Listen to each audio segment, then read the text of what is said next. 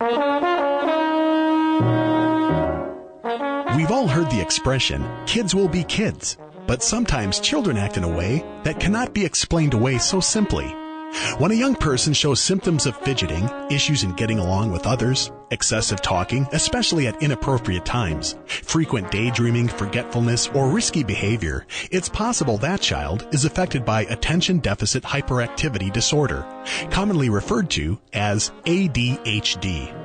In fact, the Centers for Disease Control and Prevention estimate that 1 in every 10 kids have been diagnosed with ADHD, making it the most common neurobehavioral disorder diagnosed in the U.S.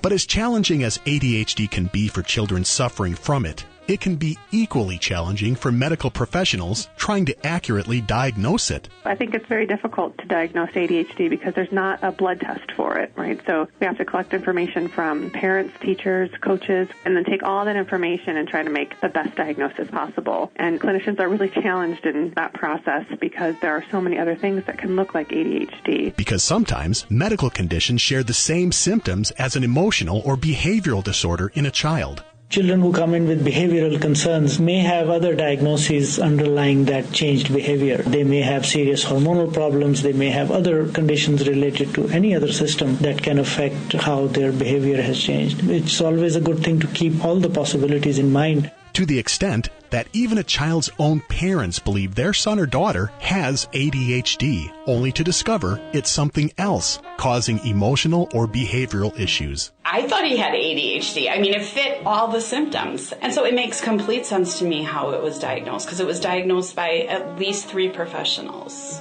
Find out how medical professionals diagnose attention deficit hyperactivity disorder, as well as the challenges the process presents. And later, you'll hear from one area mother who was sure her son had ADHD, until treatment and further testing revealed something entirely different. It's all inside this edition of CTSI Discovery Radio.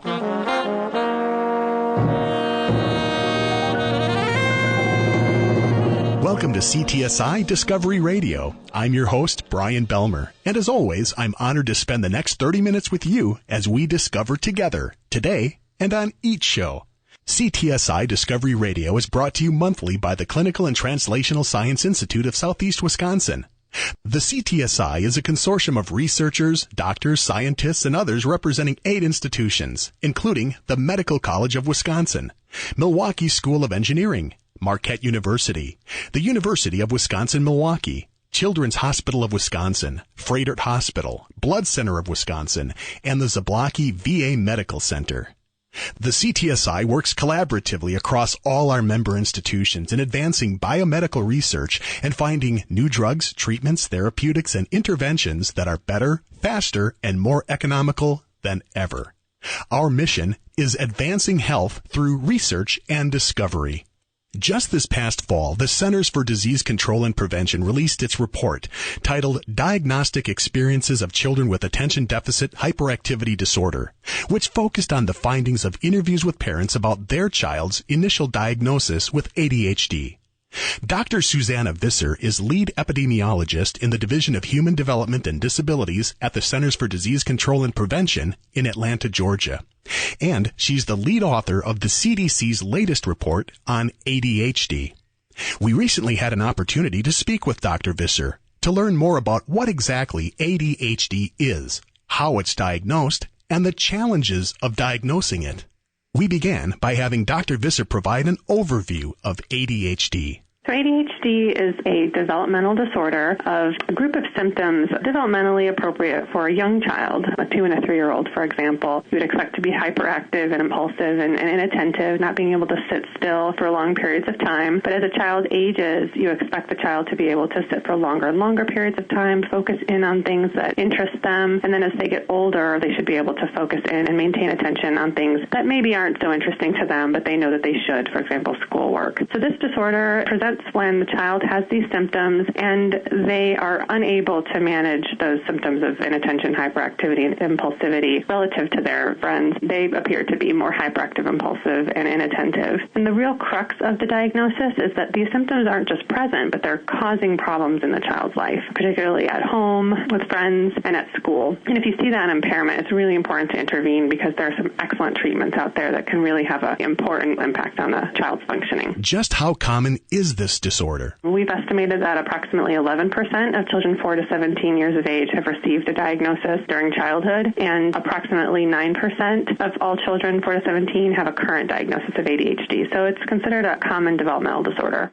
And she says there's many factors, both biological and environmental, that can cause it. There are a whole host of causes that likely contribute to the expression of ADHD. There are some very strong genetic predictors, and there have been some candidate genes that have been identified. We also know that there are environmental factors that can cause ADHD symptoms. Lead, that's one possibility. Other heavy metals can certainly cause symptoms that look like ADHD. We also know that environmental stressors, toxic stress, and abuse and neglect can also express themselves in symptoms of ADHD in young children. So it can be very heterogeneous, but what we know is that there are very clear biological differences in the brains of children who do and do not have ADHD. So what are some specific symptoms you can watch for if you think your child might have ADHD? All children express symptoms of hyperactivity, impulsivity, and inattention at some point in their lives, and it's important to watch those symptoms carefully, try to create a nice structured environment so that the children understand, what's permitted, what's appropriate, what the disciplinary action is going to be if they misbehave, being really consistent with discipline, and trying to be very positive. If all of these behaviors of the parent do not address the symptoms, then having a conversation with their physician and talking about their concerns is the most appropriate course of action. A physician will be able to talk to them about what's appropriate and when the symptoms might be at a level that's inappropriate for the child's age, and then you can discuss treatment options that might fit with the family's preferences. As lead author of the CDC's recent ADHD report,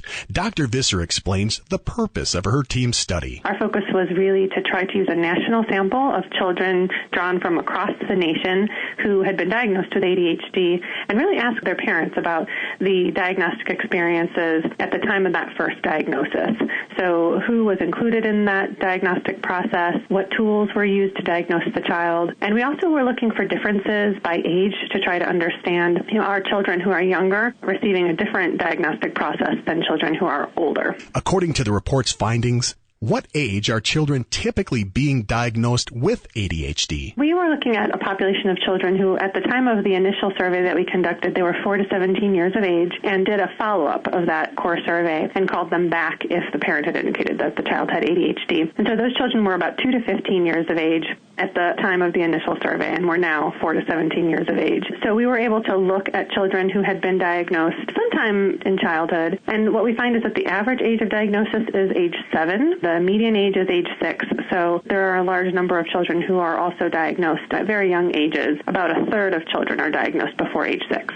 And who typically first notices symptoms of the disorder in the child? The family members are typically someone who's first concerned about the child's behavior, attention, or performance. There is a significant difference with the family member being much more likely to first notice the problems in children diagnosed at an early age, sometime between 0 and 5. And then we see a little bit more higher rates of diagnosis and early concerns reported by those in school or daycare, so someone like a teacher or a daycare worker, among children who are slightly older than that, between 6 and 15 years of age. As far as who most commonly diagnoses a child's ADHD, Dr. Visser says her report finds It's a primary care provider, regardless of age. Usually a pediatrician or a family practice physician would be the person who diagnoses, and that's about half of all children diagnosed with ADHD. But we also see that specialists like psychiatrists, psychologists that are outside the school, as well as neurologists also diagnose ADHD. Next, Dr. Visser shares the various processes her report finds are most commonly used in making diagnoses of ADHD. We saw that clinicians are typically using behavior rating scales or checklists, which are recommended tools that the American Academy of Pediatrics and the American Academy of Child and Adolescent Psychiatry would recommend a physician to use. So basically about 90%, a little more than that, of children are receiving a diagnosis with the benefit of these behavioral rating scales or checklists. Almost all of them received a diagnosis after a conversation with the parent about the child's behavior. That is really indicative of some form of clinical interview. And about 3/4 of children receive neuropsychological testing, a little bit higher rates among children diagnosed under 6 and a little bit lower rates among those diagnosed somewhere between the ages of 6 and 15. And then just under a third of children are diagnosed with inclusion of neurological imaging or some form of laboratory test. And these are typically used to maybe screen for lead exposure. If a child has lead poisoning, they may exhibit symptoms of ADHD, that sort of thing. About 30% of all children receive that sort of testing as part of their diagnostic process.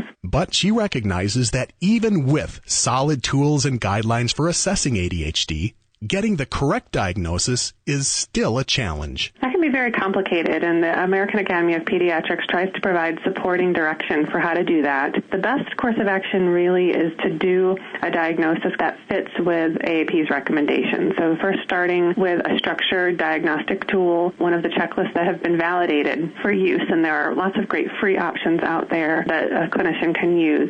After discussing the symptoms with the parents and then asking about impairment and how much these symptoms impair the child, then they can start talking about other sorts of causes. You know, if this isn't caused by a biological predisposition, what else could it be? Is the child sleeping well? And that can help rule out sleep disorders, which a child who is sleep deprived can also look like they have ADHD. And really the clinician knowing their family well is probably one of the better predictors if you're going to get a solid diagnosis. But using those AAP guidelines and having a good conversation that really looks for alternative explanations for the cause of the symptoms is very, very important and articulated in our clinical guidelines. And she adds, it's understandable how an initial diagnosis of ADHD may not hold up over time. We know that 11% have ever been diagnosed and about 9% have a current diagnosis. So you can see that 2% of children are diagnosed and the diagnosis does not persist. And I think that there are really good reasons why the diagnosis might not continue. I think it's reasonable to expect that sometimes a diagnosis of ADHD would not continue throughout the child's life because the child really does develop in a way that they no longer meet criteria for ADHD, and other times because they've been able to improve on the diagnosis and realize that it looked like ADHD, but it was actually something else. Finally, Dr. Visser recommends some resources for parents who believe their child shows signs of having ADHD. We have funded a national resource center accessed at www.help4adhd.org. This website has information for parents, for educators, and for clinicians about ADHD. Also, our website, www.cdc.gov/ADHD. I encourage your listeners to look up our website and get information about not only ADHD, but all the conditions that we focus on here at the Centers for Disease Control and Prevention, and I appreciate your interest. We'll post that information on our CTSI website along with this show. That's Dr. Susanna Visser, lead epidemiologist in the Division of Human Development and Disabilities at the Centers for Disease Control and Prevention in Atlanta, and lead author of the CDC's recent report on ADHD.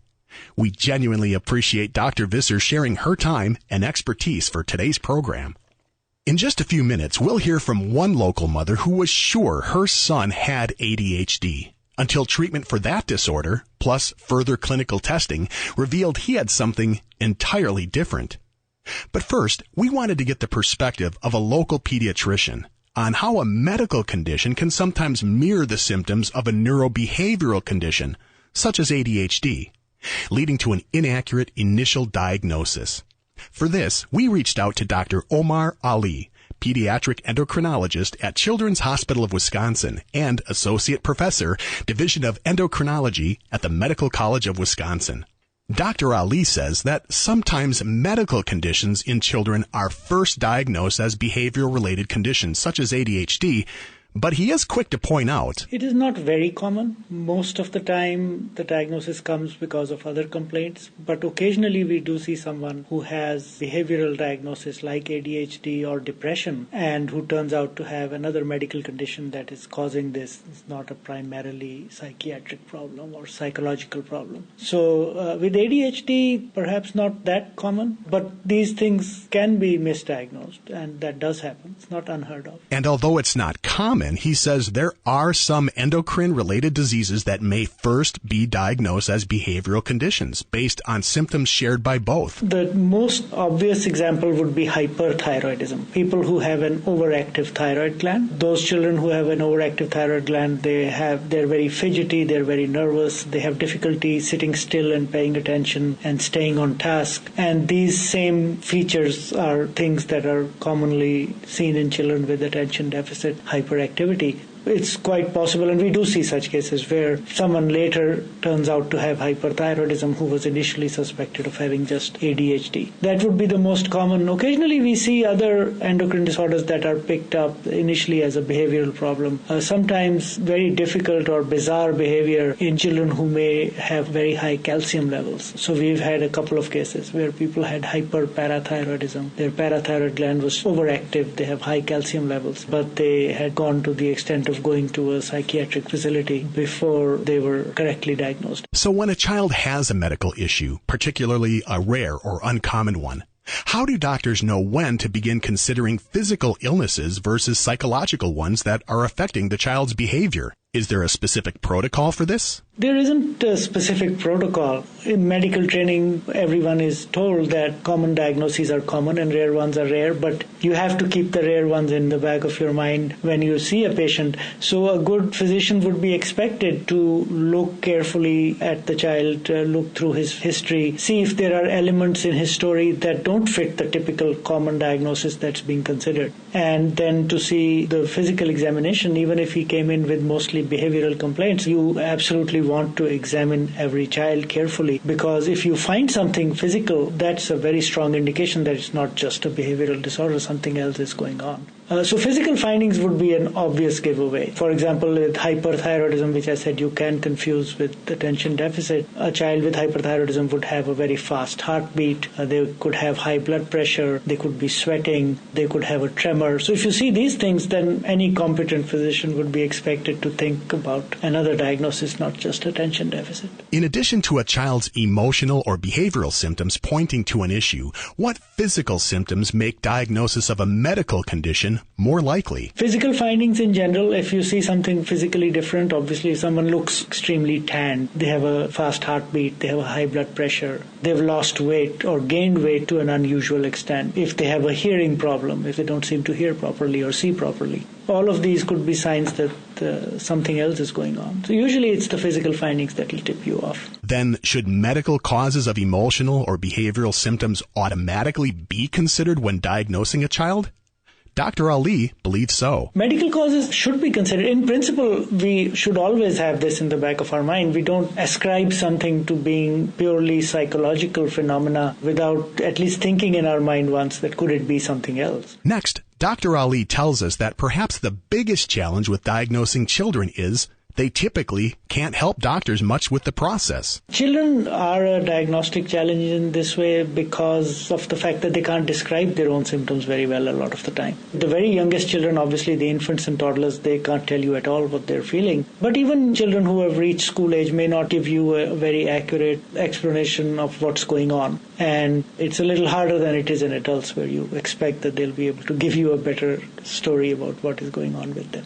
Which makes the parent's role in the diagnostic process all the more important. But as Dr. Ali points out, there are limits. The parents obviously have a completely central role in diagnosing children because we usually get our history or complaint through the parents. And it is the parents who bring the child to the physician. So the parents obviously have a role in giving as complete history as possible. The more they can tell us about the kind of symptoms the child is experiencing, the more likely we are to make a more accurate diagnosis. But sometimes what can happen is that the parents themselves have some awareness of a particular common diagnosis like attention deficit, and in their own mind have also decided already that this is what the child has. This is not a very inappropriate or unexpected thing, but it may mislead both the parent and the physician because they may just be guided towards that diagnosis. They've already made up their mind. So it's important that they bring all the facts to the physician and not try to filter out a particular story that fits a preconceived diagnosis. Hear that, Mom and Dad?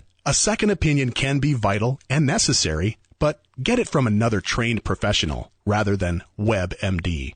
Finally, his advice to parents for helping doctors zero in on the real issue and get to the correct diagnosis and treatment sooner. Just let the physician know everything that's going on as much as they can so that the physician is not misled either. And then, of course, once the process starts, we expect physicians to be competent and to be able to reach the correct diagnosis, but we are all human. So if the physician has jumped to a conclusion that the parents themselves feel is not necessarily the correct one, or they keep thinking this may be more than what you think it is, they should not be afraid to say that to the physician. I think doctors should not mind hearing that. They are in a position to explain why this is the appropriate diagnosis. But being challenged is a good thing. Sometimes may have made a mistake, and it may make them realize that they haven't thought of something important.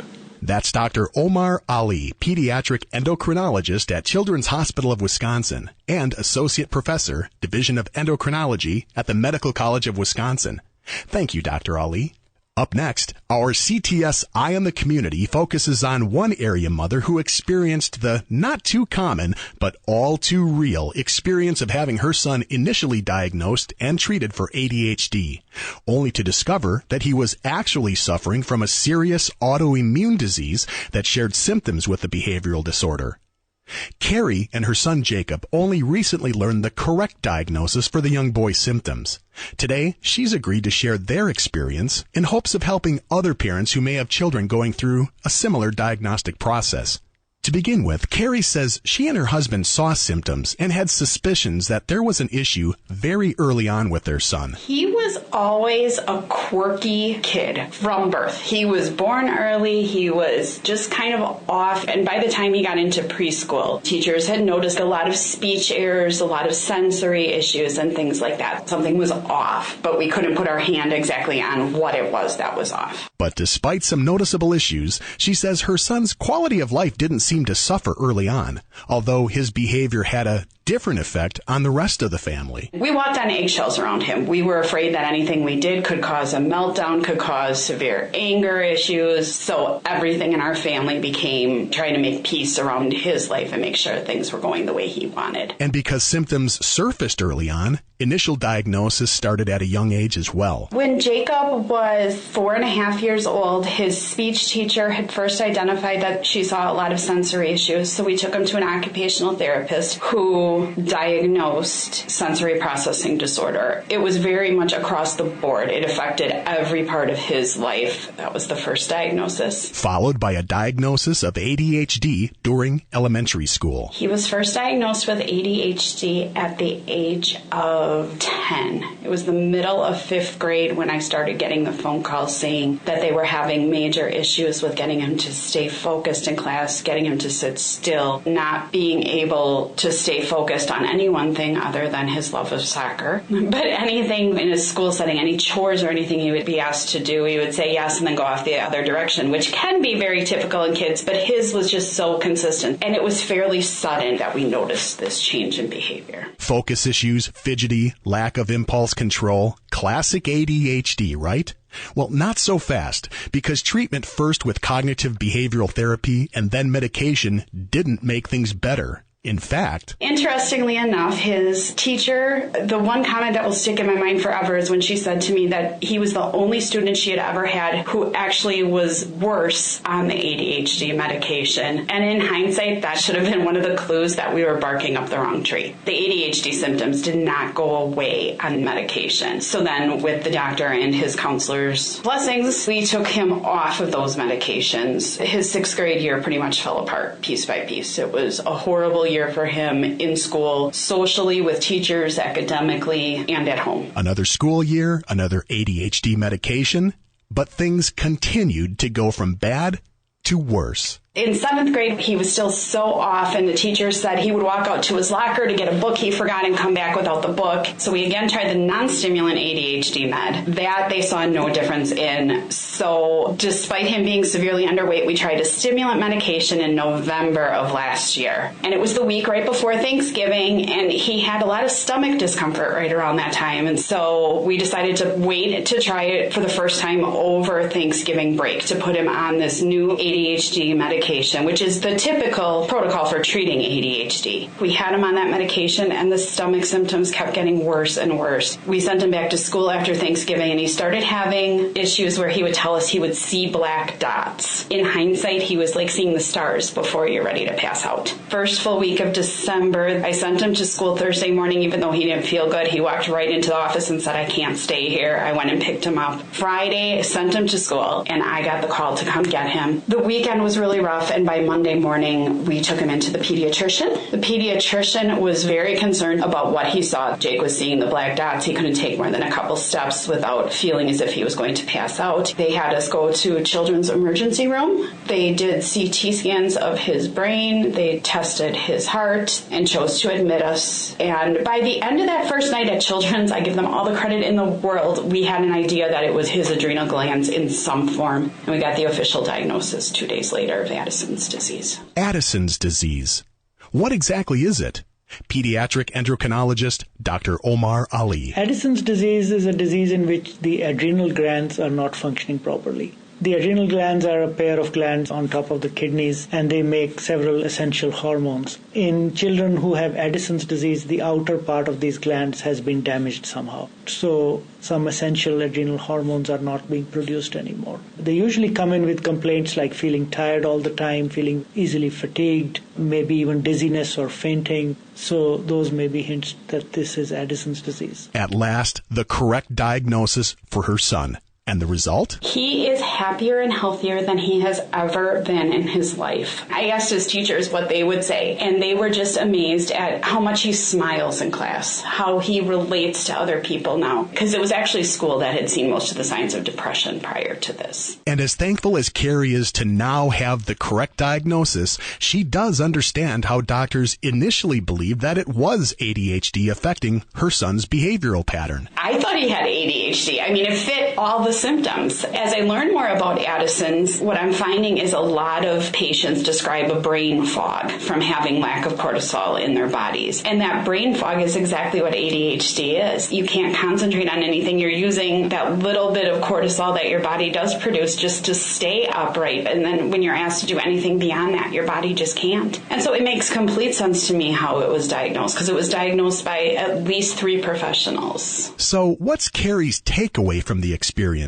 And her advice for other parents. When the diagnosis isn't fitting in your mind, when the treatments aren't working, when something just doesn't seem right, look for other professionals who may be able to help. Reach out to other people who have similar stories. Just because we ended up with a rare autoimmune disease that nobody ever would have looked for doesn't mean there aren't common medical causes that could be causing issues that look like ADHD. Like any mother, Carrie wants to protect her son.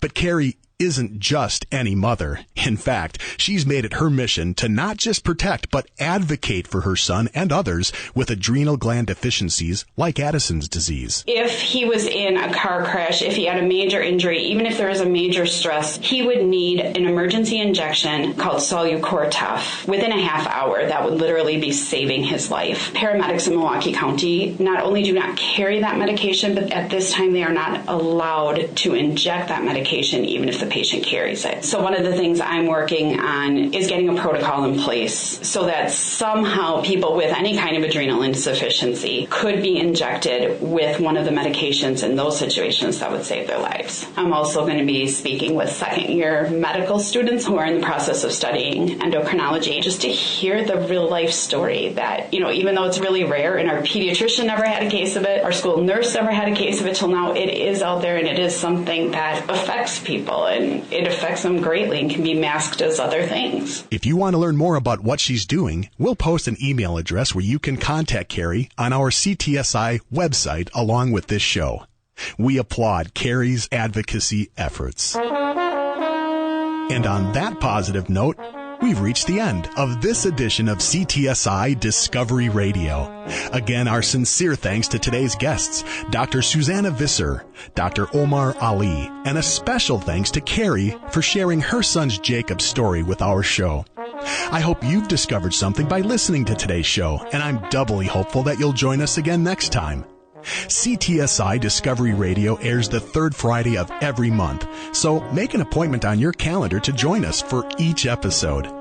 On behalf of the Clinical and Translational Science Institute of Southeast Wisconsin and all our affiliate partners and members, I'm Brian Belmer, wishing you happy, healthy days ahead. For more information about research or to listen to this program online and on demand, please visit the Clinical and Translational Science Institute of Southeast Wisconsin website at ctsi.mcw.edu. And be sure to share your knowledge of this show and the CTSI with all your family members and friends. CTSI Discovery Radio is written, co-produced, and hosted by Brian Belmer. Engineered and co-produced by Tom Crawford and Jeremy Kuzniar in collaboration with WMSC Radio. The CTSI and this radio program are under the direction of Dr. Reza Shakir.